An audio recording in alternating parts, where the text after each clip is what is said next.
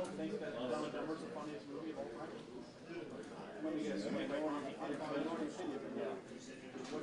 What's the funniest movie of all time? It's gonna be something fun. It's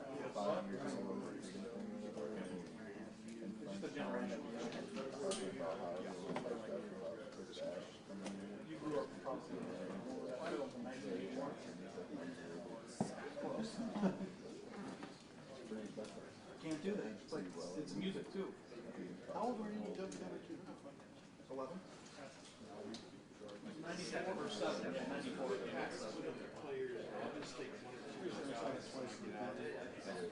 Why don't you guys grab whoever's there?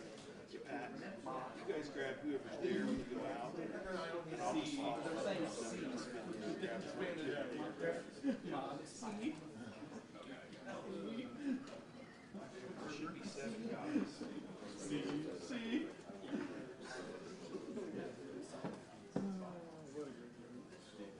So C's yours? JK.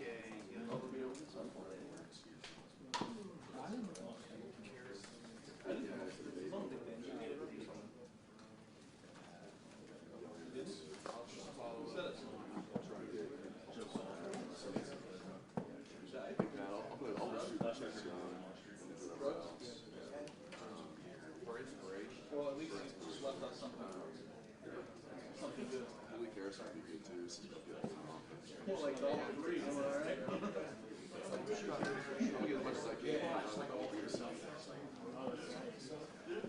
I went to Manchester, New Hampshire. Did you see? And I wrote a profile, and I went to all the same places you went, and I wrote the same story. Yeah. Happy, so good. It's really good. Do you guys want us to have a vote? Which one is better? I mean, You're posting on sports, right? I'm gonna tell everybody. Hey, we're Justin Fields' first interview of training camp. 50 versions. Let's vote. I would like it if you did that. Maybe somebody will sign up. What? I don't care if they like it. What do you do? Just get them in. You did a hurry up. I signed up. So I told him he was new. Yeah, that was the right part. It's Sorry, it is not. No, that's too close. Well, I got We're not going to find it yet. I got him to really do that shit. I don't know if I had known that. I would think I haven't seen Winter Play because you said If I had been fine before I saw him do it, I would have changed. I wouldn't have confronted him. I just got his license plate followed. Yeah. I wouldn't have confronted him. Yeah. He's also 20 and I'm not. Yeah, I'm just not keen on physical locations. you should see a wrestling match. You and your son's wrestling matches? Yeah, right. I actually wrestled. It's just like guns, though. You know, that's the thing. That's Carolina. I'm not saying you and him. So you don't know who the person you're chasing at is hard. Like, my point. You guys are used to wrestling. Yeah, I wouldn't have I'm not saying that you're wrestling with guns. I'm saying it doesn't matter how hard you wrestle your son if he knocks on the rock. This weekend. Gun in his seat is a problem. yes, that's why it's one of the ones that I did. Yeah, I wouldn't actually say that. Everybody has a You see the thread in there? Yeah, he was 20. Yeah. No, well, no, I was kind of a lawyer. What if you shot me in the face? Do you know that if you buy a gun, you will which is what's funny because if your penis has to be broke out, you know that 85% of the shark attacks hit after in short and shallow water? What? Oh shit, that's what I chased the guy down. yeah, that's what I said. Unless he's going to stop. My son's like 6 foot. Of course, your odds of shooting yourself will increase when you bring a gun in. It's the same thing as you have a pool in your backyard, you immediately increase your odds of drowning. Like, no, the thing that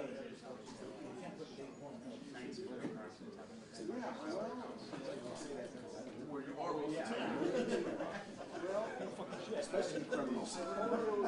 It's the place you continually keep coming home to. Stats are so stupid because you can apply them to make you right or wrong. Oh,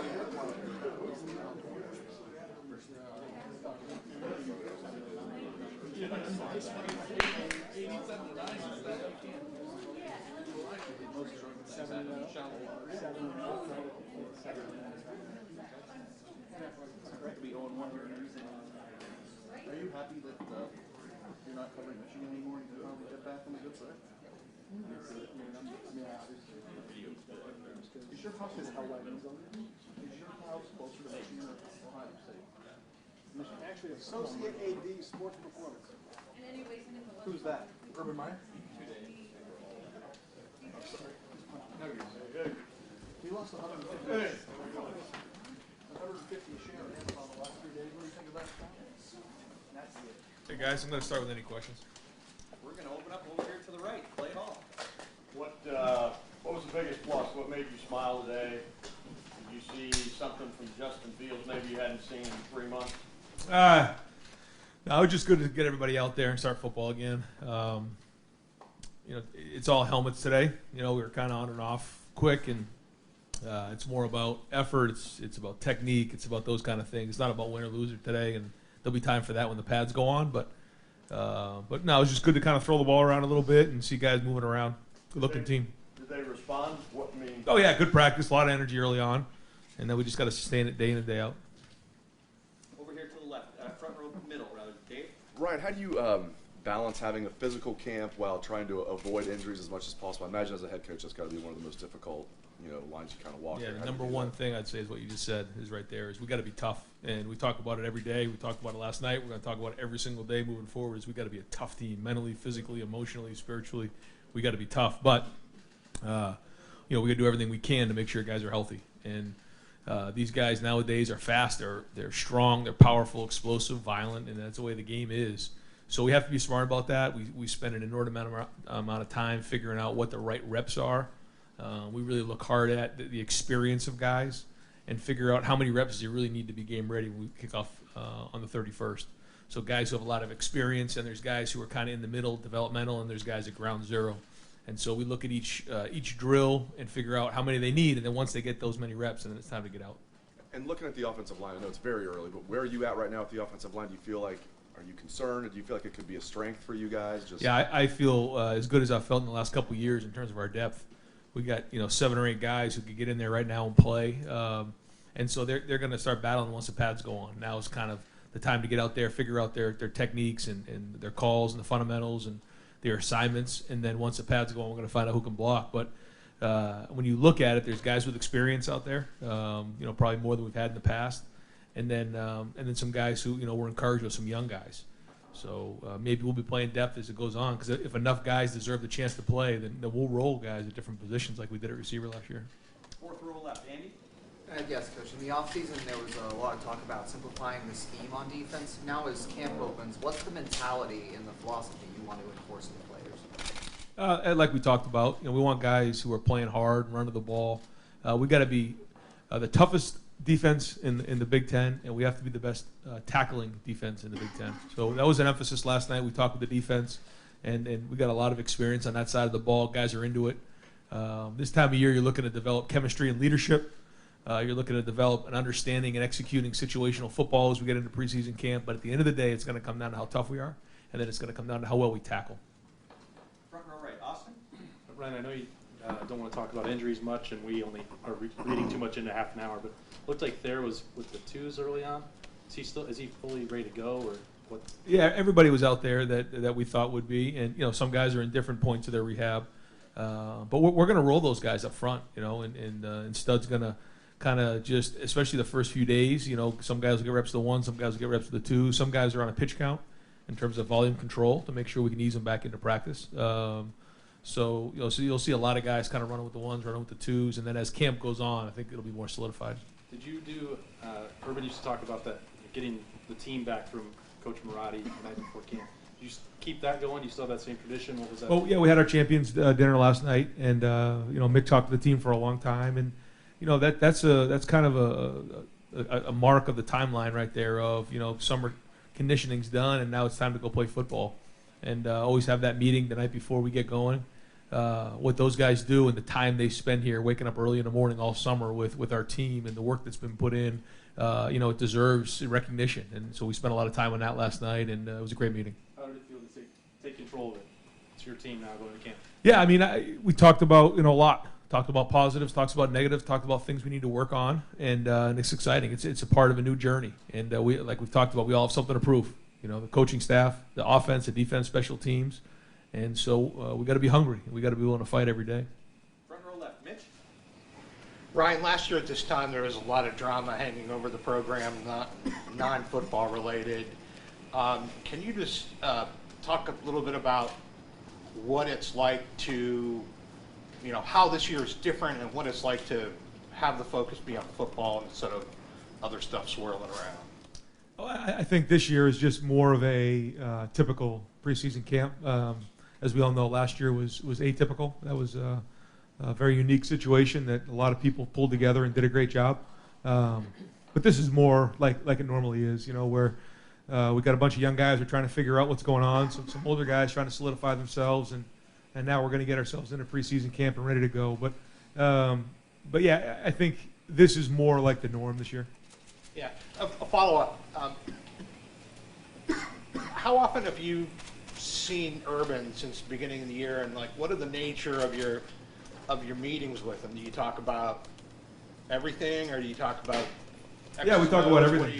Yeah, everything. How often do you meet? I don't know what exactly the regularity of it is, but we talk a lot. And he's, like I said, he's been a resource for me and for everybody here, and still involved, in terms of being part of the university and everything he does there, and right across the street if we need advice, and especially just me being a first-time head coach, and unbelievable resource that way. He's been great.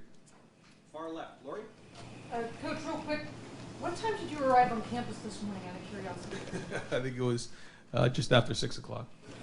And do you feel like you have your systems installed offensively and defensively, or is that a process that has to play out as you set your depth chart and as you have all teams roll along? I think schematically on offense, we're probably a little ahead of the defense just because we've been together longer on our side of the ball. However, we have a lot of guys who haven't played, so there's some inexperience there. I would tell you if it was Thayer Munford or KJ Hill or Luke Farrell or J.K. Dobbins, one of the guys who've been around for a while, much further ahead there. But if you're one of the quarterbacks or you're Jonah Jackson or somebody like that, Garrett Wilson, though, we're just about where the defense is, which is about, I guess, 6 months into this thing. But I feel good. I feel good about where we are schematically right now, and now we just got to put it on the field and kind of see what schemes best fit our personnel. Because sometimes you make assumptions, even coming out of the spring, it's more about individual development. And then in preseason, you really put your team together and kind of figure out where you are as a unit, as a team. And you make assumptions thinking you're going to be one way, and then as it goes along, you figure out that, maybe we need to go down this road. And so that's what the next few weeks are all about. Front row right, Bill. Last year, the quarterbacks didn't play to the standard that Ohio State expects. What have you seen from Damon Arnett and Jeff Okudah in particular that leads you to believe, I assume, that they're going to be uphold that standard? And how much does the new scheme affect that? Well, I think you're looking at some guys there who are hungry, who have built a relationship with Jeff Hafley, that believe in what he's teaching. I see those guys had a great off season with Mick, gotten stronger, gotten faster, gotten quicker, but have put some time in really to really master the techniques that Jeff is teaching. And so, even today, just watching them out there, they're in a good place. I think they're really owning the technique and understand they have to play with technique. And so, again, we'll see once the pads go on and the games start happening. But I would be disappointed if all three of those guys weren't really good this year. And you've been asked this a million times, but can you again just kind of give your assessment of the quarterbacks and what the situation is there? I mean, most people assume Justin's clearly going to be the guy, but it's a matter of time. How would you describe It's the same that? thing, and we just got off the field from day one, so it hasn't really changed since a couple weeks ago when we talked about it. I mean, guys are all going to get reps. We're going to roll guys early on, and then based on how they play, we're going to kind of create a little bit of a depth chart and go from there. Third row left, Dan. Ryan, you were asked about last year, but just how much do you draw from that opportunity that you had to be a head coach of a fall camp last year as you go into your second fall camp? Yeah, big time. Because now this is the first time since I've become head coach where this is the second time I've done something. So when we had the meeting last night, that was the second time we did that last year. First practice on the field, we did that last year. So that's good to draw upon. You know, check your notes, some things you said, things you did, and so that helps because again, it's not the first time doing it. So good day today, and we'll just keep building and check our notes as we go. How much of an advantage is that to now be at that point where you feel like, okay, I've done this before, and it's not all hitting you like it's just new? Yeah, I think in that again very unique situation, there was a lot going on and a lot getting thrown at me and the whole offense and defensive staff, and so we had to kind of manage it the best we could. But again, this year it's more like it is, which is you plan ahead, you put the practice schedules together, you put the training camp schedule together, you kind of organize that with a lot of thought ahead of time, and then you just go about the business of executing it now that we're here. Third row right, Ari. Hey Ryan, I know that you had some evaluations of the quarterbacks that you brought in this summer, but seeing Gunnar out there for the first time in practice, what are your impressions of him? I know that quarterback depth is probably one of the top concerns on this team. Yeah. I just didn't know when you got him out there, saw him with your eyes, like what your initial. I was impressed. I thought, it's hard to know until you're really out there as a quarterback and see you play. And it was just in helmets today, but in a short period of time, I think he kind of picked up the offense pretty quick. I think he can diagnose and see the field, kind of has a good feel for it. So that was a positive. I thought he kind of moved the ball around pretty good today, made good decisions. And once he gets more reps under his belt, I think he'll get more and more comfortable and play with more confidence. I'm sorry, I know this just has to. Do you have a plan for how you want this to go in terms of naming a starting quarterback? Like how many practices is there like a idea in your head of how you want this to happen? No, because you just don't know what's going to happen. I mean, once you practice, anything could come up. A guy could step off the curb tomorrow. So you don't know. So you have to get as many guys ready to roll as you can. We want to get 3 quarterbacks ready to be able to play in a game because you just don't know what's going to happen. Crazy things happen. You like to think that everyone's going to stay healthy. The reality of it is, when you look at the numbers around the country, that doesn't happen. So you have to get people ready. And then as it goes and guys start to step up and declare themselves, in certain positions, then we'll go from there. But typically the first couple weeks are more just competing, learning the offense, get to maximize yourself, and then the chemistry starts to build as you get into that third week. Second row right, Tony. Ryan, what's your philosophy on captains? How many are you looking for? When will that happen? Yeah, we usually do that in preseason. We kind of get through the first week and then kind of let the players vote on it. So we did last year, and then based on how the voting comes out, then we'll try to decide. I mean, sometimes when there's really good leadership, you can find yourself with maybe 4 or 5 captains. Sometimes maybe 1 or 2. And so we'll kind of do the same thing this year. We'll let the team vote, kind of see what the votes, how they come in. You like to have a couple on offense, a couple on defense. Ideally, you'd like to have a couple guys up front and then a couple guys in the back end with the skill guys. I mean, that's the ideal situation.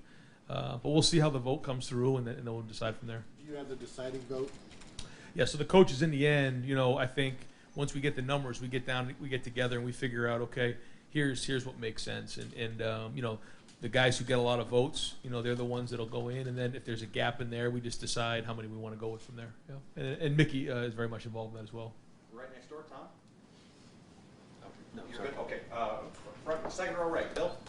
Ryan, you've talked a lot basically throughout the spring and summer about how much you all challenged J.K.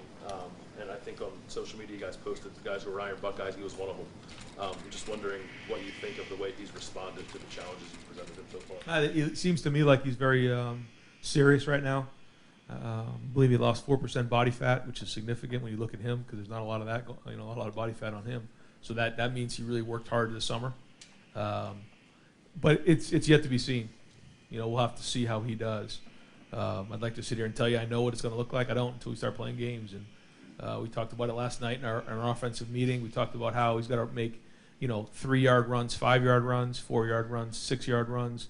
And then before you know it, you start leaning on teams. You can come out the back end and the home runs will hit naturally. And so he's got to run with his pads down. He's got to run hard.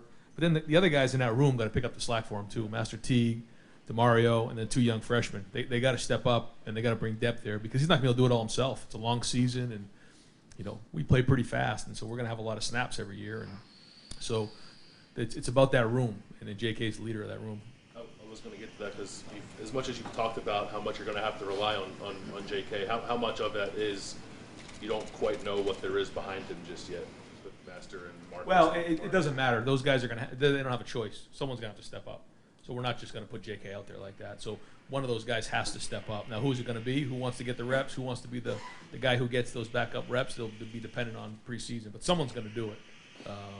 It's not like we're going to just put JK out there because we don't have any depth there. I mean, we've recruited well. Those guys are very talented. They're good kids, so somebody will step up. Third row middle, Tim. Yeah, number one, Ryan, is the beard, is that a preseason camp beard, a playoffs or bust beard, or is it going to stay? Well, I had one going before Big Ten Media Day, but then I figured I was going to shave it for that. And then I said, a preseason camp, I'm going to let it go maybe for a week or so, and then I'll get rid of it again. Yeah. As you sat there and watched the quarterbacks today, do you feel a lot better about what you see than maybe you did 2 months ago? I mean, what's just your sense of the group? Quarterbacks? Yeah. Hard to tell after day one. I probably know better in middle of next week of kind of how much progress we've made. I think they do have a better understanding of the offense. I mean, it couldn't be any worse. I mean, they just got here, so it's a sprint. Certainly Gunnar just got here, so every time he's doing something, it's for the first time. The good news is he has experience playing the game, when he was at Kentucky. So that part's good. He can draw upon something and say, I've done this, although we don't call it this. It's the same thing with Justin when he was at Georgia last year. So these guys have done some things, just not in this offense. But we'll have a better idea next week, I think. And two of the quickies. Y'all are number 5 in the first major preseason poll. You think that's legit for this team? What is it you sense about this team that replacing a lot of people, including the head coach? Yeah. People still. How legit is that to you? Well, I think there's obviously respect for the program, respect for the talent that's been recruited here, and respect for the guys who played last year who are back here, respect for the coaching staff, respect for a lot of things. But truth be told, we haven't done anything. And like I said, we got to prove it. And what really matters is what it is at the end of the year. And so we got to do it. We got to prove that we're the best team in the country, and that's what we got to go about the business of doing every day. And the last thing, Chase Young seems to be asserting himself even more leadership-wise and stuff. What have you seen just over the last 2 years changes in him? He's a very likable young man. He, guys like him. He's got a great, happy-go-lucky personality. But I see a little more seriousness now. I think he knows this is his time to really step up and be a leader. And time goes fast. Talked to the freshman about that the other day. Seniors always say, "Man, this went fast." Well, I'm just telling you, it's going to go fast. And I think he understands that. Is that this is a huge year for him. And every team that comes together, you only get 1 year as that team together. And then things change. People go on to the NFL. People graduate. Coaches leave. Whatever it is. So this is our one chance in this year to go be special. And I think he realizes that, and he's going to take advantage of it this year. Front row left, Doug. Were you a captain in college? I was. What'd that mean to you? Being a captain is just the respect of your peers that you go with every day. It's one of those things you remember because what you think you are is one thing, but then when your peers vote you to be captain, then there's a certain respect, and it means a lot. You talked at Big Ten Media Days about the idea of you're going to have a green quarterback, especially for the first 6 weeks before that bye week. How does that realization sort of show up now? Is there something in how you practice, anything you said to the guys? I mean, you told it to us. It's obvious. You're going to have a young quarterback. But what does that mean in how you guys approach things? Well, I think everybody understands it. I think that, people have to pick up the slack around them. And, whether it's guys on defense, special teams, a run game, whatever it is, I think they all understand what that means. And our plan to win has not changed here. And the first thing in the plan to win is play great defense. We have to play great defense. And playing great defense for the offense is understanding field position. The second thing is no turnovers and understanding that we can't put the ball and give the ball to the defense. We can't turn the ball over. And then it's scoring touchdowns in the red zone and then special teams. And so if we can hang on to those things right there as we allow the quarterback position room to grow, then we'll be okay. If we start to struggle in any of those areas, that's where we're going to run into issues. So play great defense, can't turn the ball over, and create turnovers. We have to score touchdowns. We're in the red zone, do a great job down there. And then we also got to play really good in special teams. And all the work the guys put in the offseason and the Champions Dinner and Gold, Red, Blue and Iron Buckeyes and all the stuff, the way you reward them, when you get into preseason practice, how much does that stuff carry over? Do guys earn spots at the beginning of camp based on you kick butt in the off season and then the competition is on? How much does that, in your football evaluations now, how much do you consider all the work they put in the off season? Yeah, I mean, naturally what ends up happening is the guys who are gold guys, they find ways to be leaders, they find ways on the field, they find ways to make an impact. But then also it goes to show you, like, we take care of those guys in certain areas. You know, like for instance, you know, when we go to the hotel next week, you know, the guys who are goal guys, you know, they'll actually have their keys. If they need to go do something, they can go, you know, to the drugstore if they need to get something or whatever it is. You know, we allow them to do those type of things. We treat the goal guys a little bit different because they're doing everything the right way. And so that carries over to the season as well. And it's almost like a everyday thing is that if you're blue, red, or gold, you get treated a little bit differently. And then that's why guys fight to get themselves into that gold position. And you get treated a little bit differently in the battle for playing time? Well, I think, you know, from academics to off the field to Coach Mick to, you know, the position coaches, when you're a gold guy, I mean, you're going to be front line. Now, you have to go win. It's not going to guarantee anything. And, you know, it's like we say all the time, you know, when you run a race, everybody runs a race, but somebody wins the race. And you got to win the race. You got to win a position. You got to win the game. And so, yeah, sure, those guys are treated like gold around here, but at the same time, you still have to play the game. You still have to win the position. Third row right. Kyle, we got time for just a couple more, folks. You kind of touched on this earlier, but in Chicago, you said ideally one of the quarterbacks would kind of separate and you'd have a starter then. Are you and Mike kind of approaching this as like it's a 2 or 3 week competition? Yeah, I think so. Yeah, I think after the first week, we'll kind of come up for air after the first scrimmage and say, okay, where are we? Is there that much of a gap right now?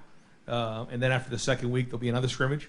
And at that point, you know, we'll kind of get an idea where the gap is. And if it's not a big gap, then we'll just keep it going. And the minute it separates, then that's when we go ahead and name it. But you know, naming a starter right now, naming a starter in a week doesn't give you anything really. You know, we want to make sure that guys are competing and we're getting everybody developed so that we have 3 quarterbacks ready to roll if we need to go play all 3.